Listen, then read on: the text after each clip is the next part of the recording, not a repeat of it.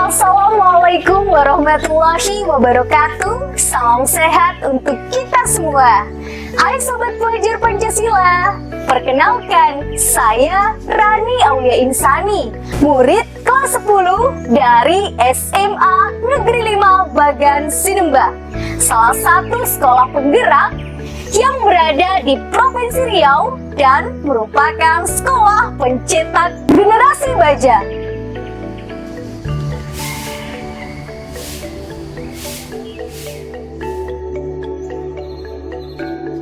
Hari ini saya bersama tim akan menuju ke salah satu perkampungan yang ada di Kecamatan Balai Jaya, yaitu Kampung Bali. Sebagai informasi, kampung ini terletak di Kepunghuluan Pasir Putih, Kecamatan Balai Jaya, Kabupaten Rokan Hilir, yang dihuni oleh masyarakat Bali yang mayoritasnya beragama Hindu.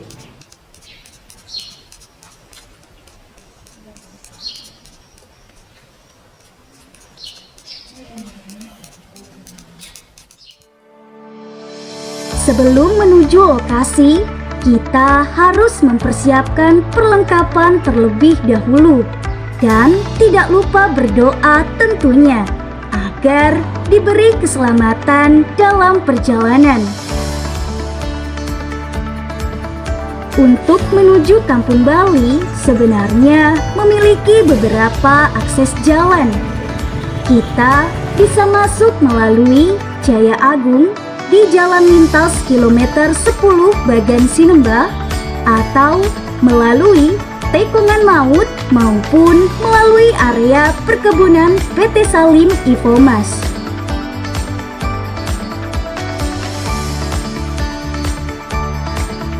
Berhubung dari sekolah kita, jarak paling dekat menuju Kampung Bali itu melalui area perkebunan PT Salim Infomas, maka kita memilih jalur tersebut.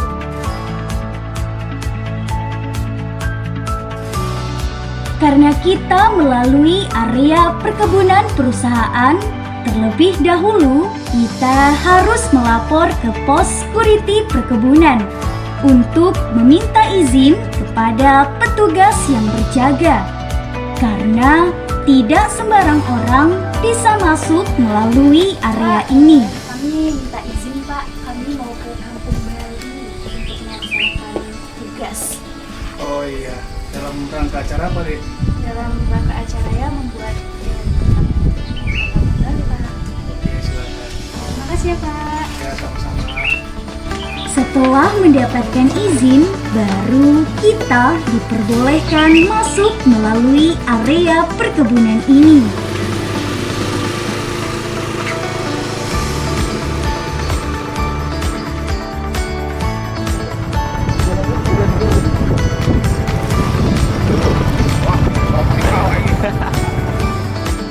Dalam perjalanan, kita hanya disuguhkan pohon sawit di kanan kiri, juga trek yang cukup memacu adrenalin.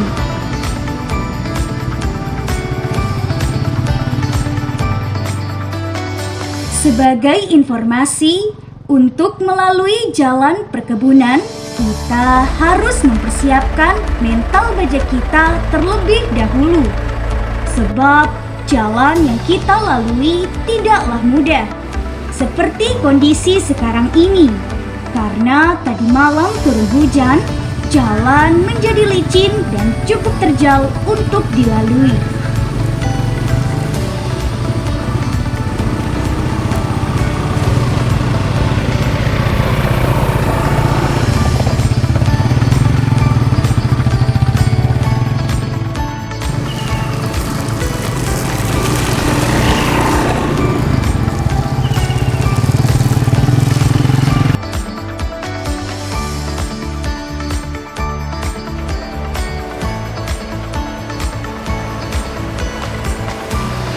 Setelah menempuh perjalanan kurang lebih 30 menit, akhirnya kita sampai di pintu masuk Kampung Bali.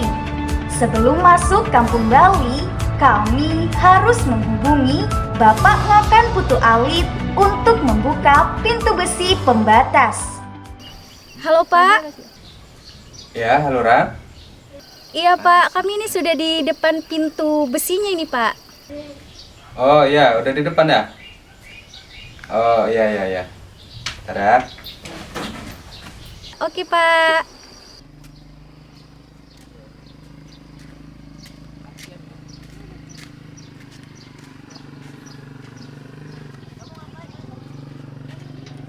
Pintu besi ini diapit dua parit besar sebagai pembatas antara area perkebunan dan pemukiman warga Kampung Bali.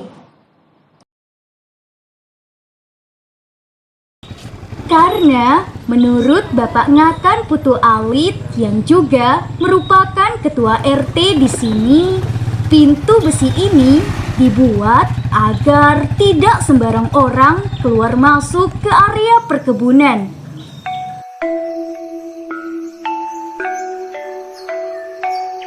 Inilah Kampung Bali, kampung yang tenang yang memiliki keunikan karena di dalamnya terdapat masyarakat Hindu Bali yang masih memegang teguh tradisinya dalam menjalankan kehidupan sehari-hari.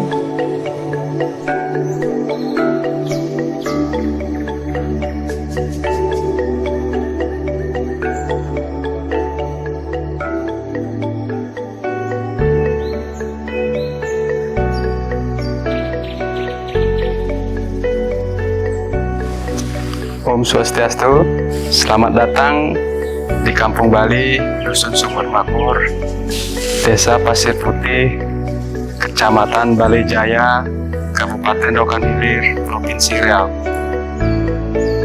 Jadi mengapa masyarakat sekitar menyebut kampung ini sebagai Kampung Bali? Karena di sini mayoritasnya adalah etnis Bali dengan 12 kakak memeluk agama Hindu dan 5 kakak memeluk agama Islam.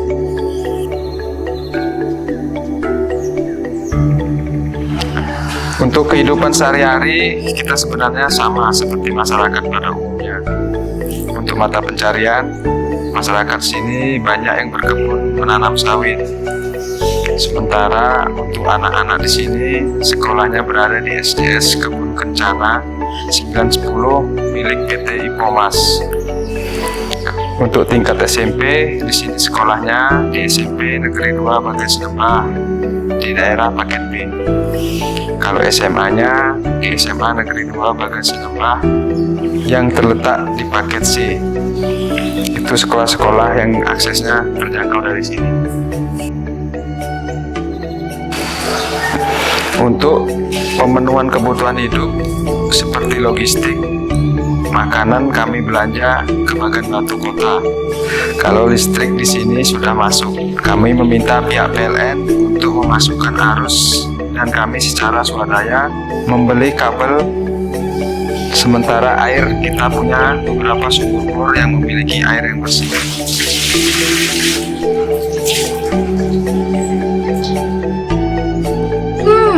Saya mulai penasaran nih, bagaimana sih awal mula masyarakat Hindu Bali Dusun Sumber Makmur ini bisa sampai ke sini? Asal mulanya kami ikut orang tua dari Bali kontrak di kebun Tanjung Garbus tahun 63. Sudah tahun 63 sampai dari tahun 63 sampai tahun 74 kami buka hutan di Binjai tahun 74 buka hutan di Binjai. Setelah dari tahun 74 sampai tahun 88 soalnya di Binjai nggak ada perkembangan, jadi kami pindah ke sini tahun 88. Ya itulah ceritanya kami ke sini tahun 88 hanya satu keluarga. Pertama kami masuk satu keluarga sama adik-adik kami 4 orang kan. Namanya Ngakan Made Kalo yang pertama, terus yang kedua nama Noki, yang ketiga Madeoko. Kalau nama saya Ngakan Nyoman Siko. Itulah kami kemari dari Medan menuju ke Simpang Kencana. Ongkos bus hari itu masih 6.000 rupiah ya, 6.000 rupiah waktu itu. Awalnya kita ke sini kan ada teman dari Perbaungan, dari Melati. Katanya dia tanya, kalian mau buka di daerah mana? Dia bilang kan, abang itu. Maksudnya waktu itu rencana bukanya daerah Sikampa gitu. Jadi ada teman itu yang dari Melati, Perbaungan itu. Jangan di sana, sana jauh hubungan katanya. Kalau di daerah Sikampa jauh hubungan, daerah Kencana aja katanya. Udah gitu, kalau daerah Kencana nanti datangi aja saudara kita di sana di Kencana sana, namanya Pak Uning. Pak Uning sama Pak Kusmanto, dia udah mendiang itu, sama Pak Kusmanto katanya. Jadi itulah kami sama adik-adik itu kan naik bus dari Medan, turun di Simpang Kencana. Kami tanya di Simpang Kencana itu, kami tanya mana rumahnya Pak Uning, saya bilang gitu kan. Jadi dia, oh di sana Pak, di dalam katanya, sekitar 3 kilo dari sini katanya. Udah gitu kami datangilah apa itu bapak itu kan, Pak Uning. Jadi ada apa? Saya mau buka lahan Pak di sini, macam mana? Oh ada, masih ada hutan lahan di sini katanya. Cuma nantilah nanti saya ajak bapak ke apa tempat kadusnya katanya. Waktu itu kadusnya namanya Pak Juri. Udah gitu kami diajaklah malam-malam ke sana kan. Ini adikku ini mau cari lahan di sini, masih ada nggak katanya. Dia bilang, oh masih ada Pak. Kalau gitu nanti ajaklah adik kami ukurkan dia apa ya, dirintiskan katanya. Ya udah gitu diajaklah kami ke sini. Itulah Pak Juri, itulah yang ngajak kita menunjukkan lahan itu di sini gitu. Udah gitu setelah kami di sini sekitar ada 1 bulan di Riau ini, setelah ada 1 bulan kami pulanglah ke kampung. Jadi tanyalah kawan-kawan di kampung macam mana di sana lokasinya. Ya kalau kalian memang mau ke sana ikut kami, ayo ke sana kami bilang gitu sama kawan-kawan kan. Udah gitu satu persatu lah kawan-kawan kami ikut ke sini sampai sekarang, sampai tahun berapa ini, sampai jadilah kampung ini satu persatu. Kadang ada juga yang udah sekalian udah pindah ke Kandis untuk berkembang dia di sana. Ya inilah kami sama kawan-kawan yang bertahan di sini sampai sekarang lah, sampai jadi kampung kita namanya Kampung Bali. Wah, ternyata sudah lama juga ya masyarakat Hindu Bali menetap di sini. Rasa penasaran saya yang semakin besar ini membuat pertanyaan dalam benak saya. Bagaimana ya interaksi antar masyarakat di Kampung Bali ini? Seperti informasi yang didapat dari Pak RT tadi, di sini terdapat 14 kakak umat Hindu dan 5 kakak umat Islam. Jadi kami di sini kan mayoritas agama Hindu. Jadi sebagian ada juga yang beberapa kakak itu beragama ini, umat kita Islam. Jadi interaksi antara Hindu dan Islam di sini sangat serasi. Jadi selama ini kami masih menjunjung tinggi yang namanya kebersamaan, kemudian antara agama Hindu dan agama Islam yang ada di Kampung Bali ini saling menghargai dan saling menghormati. Jadi apapun yang terjadi selama ini setiap ada masalah di Kampung Bali ini, khususnya umat Hindu dan umat Islam, biasanya kita selesaikan secara kekeluargaan. Jadi untuk kami yang di sini di Kampung Bali, dengan antara umat Hindu dan umat Islam itu kebetulan juga ada hubungan masih family. Jadi sangat kental yang namanya hubungan kekeluargaan itu. Jadi di sini yang namanya kebersamaan, toleransi itu berjalan seiringan dia. Dan untuk masyarakat Kampung Bali dengan masyarakat kita di luar sana, khususnya di Dusun Sumber Makmur di depan, kemudian ada juga Jaya Agung, itu kita selama ini menjalin kerjasama yang bagus. Tidak pernah ada yang namanya konflik atau apapun, saling menghargailah pada intinya gitu. Setelah mendengar penjelasan Pak Kadus tadi, ternyata di sini warganya sangat akur. Di samping warga di sini masih banyak yang memiliki hubungan kekerabatan. Buat saya, saling menghargai itu sangatlah penting dalam kita menjalankan kehidupan kita sehari-hari. Apalagi Indonesia memiliki agama, suku, adat, dan budaya yang beragam.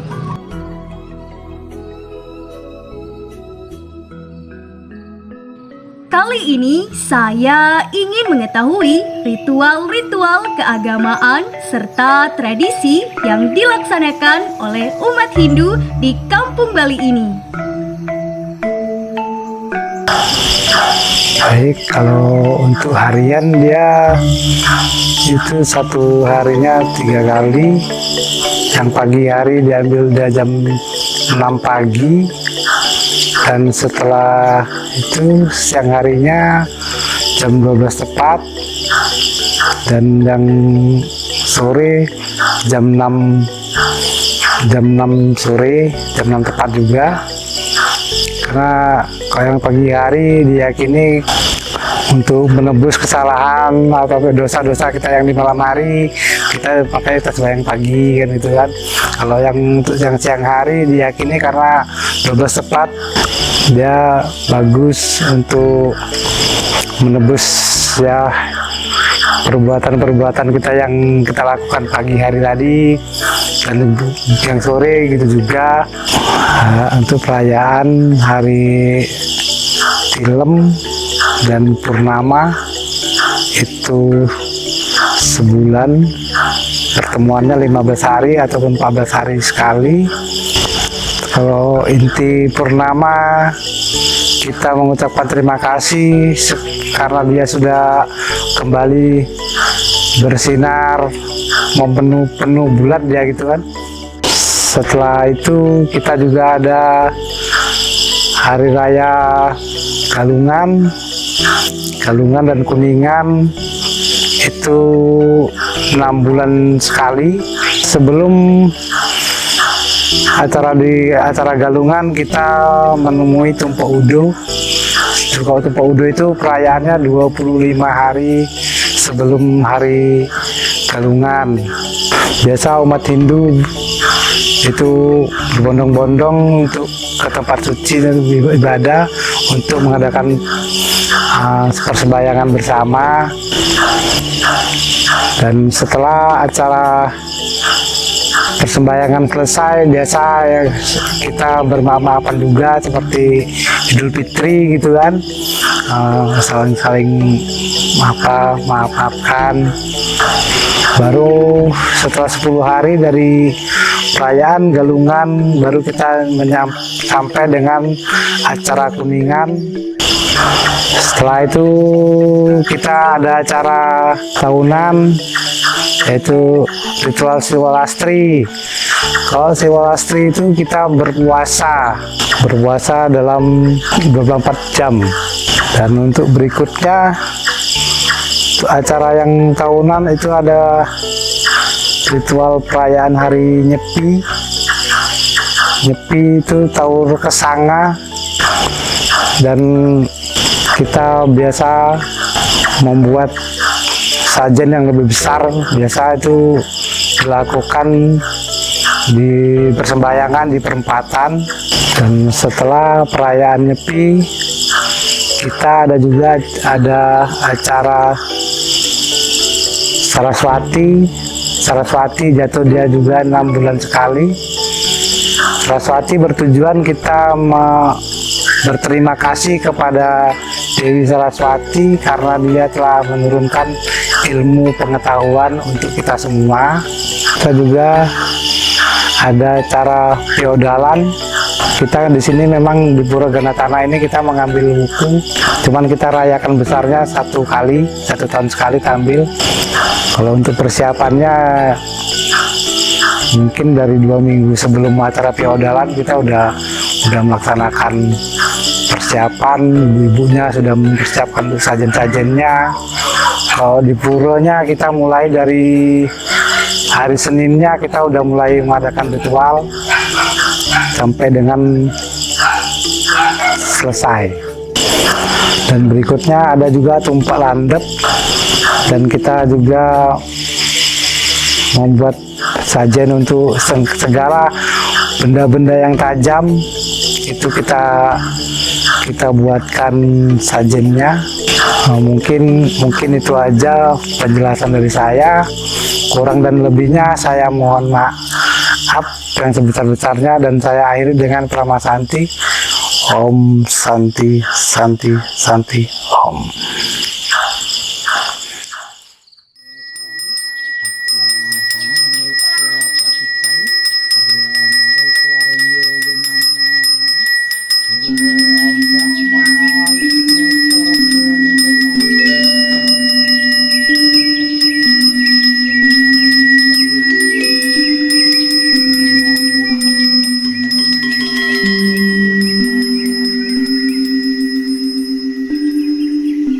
Terkait dengan kegiatan lokakarya Jelajah Kampung Bali yang dilakukan oleh rekan kami dari SMA Negeri 5 Bakat Sinimbah beserta krunya, dan tidak lupa kami ucapkan kepada Kepala Sekolah Ibu Susan Fadilah MPD yang sudi telah mengadakan kunjungan bahkan lokakarya di lembaga kami, terutama di rumah ibadah kami yaitu Pura Ganatana yang terletak di Dusun Sumber Makmur, Desa Pasir Putih, Kecamatan Bagan Sinimbah. Karena kalau dari segi administrasi masih wilayahnya Bagan Sinimbah saat itu, kami selaku Ketua Parisade sangat mengapresiasi sangat luar biasa kepedulian dari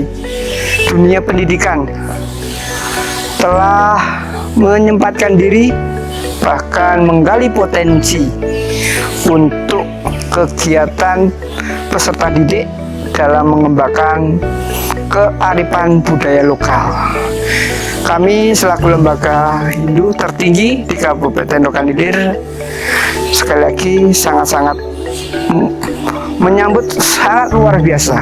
Dengan senang hati kami warga umat Hindu di Dusun Sumber Makmur, bahkan kami juga senang dengan keberadaannya adik-adik sekolah mengenal berbagai macam etnis, agama, suku, dan kebudayaan, sehingga gesek-gesekan di antara anak-anak di sekolah itu dengan adanya kunjungan ke kampung-kampung ataupun ke daerah-daerah, terutama pengembangan karakter budaya peserta didik terhadap kehidupan sosial, bisa betul-betul gesekan-gesekan itu bisa hilang, timbullah suatu kebersamaan, kesatuan sesuai sila ketiga Persatuan Indonesia, tidak memandang agama, suku, ras ataupun yang lain, sehingga tujuan kita menciptakan karakter budaya sangat-sangat terbantu untuk dunia pendidikan. Di Di kemudian hari, mari sama-sama kita kembangkan kearifan budaya lokal demi tercapainya tujuan pendidikan, yaitu mengembangkan potensi peserta didik dalam menanamkan karakter budaya bangsa untuk menjalin rasa persatuan demi kesatuan demi maju bangsa kita yang kita cintai. Kami siap menguatkan profil pelajar Pancasila, bernalar kritis, kreatif, dan berkebinekaan global dalam proyek Jelajah Kampung Bali.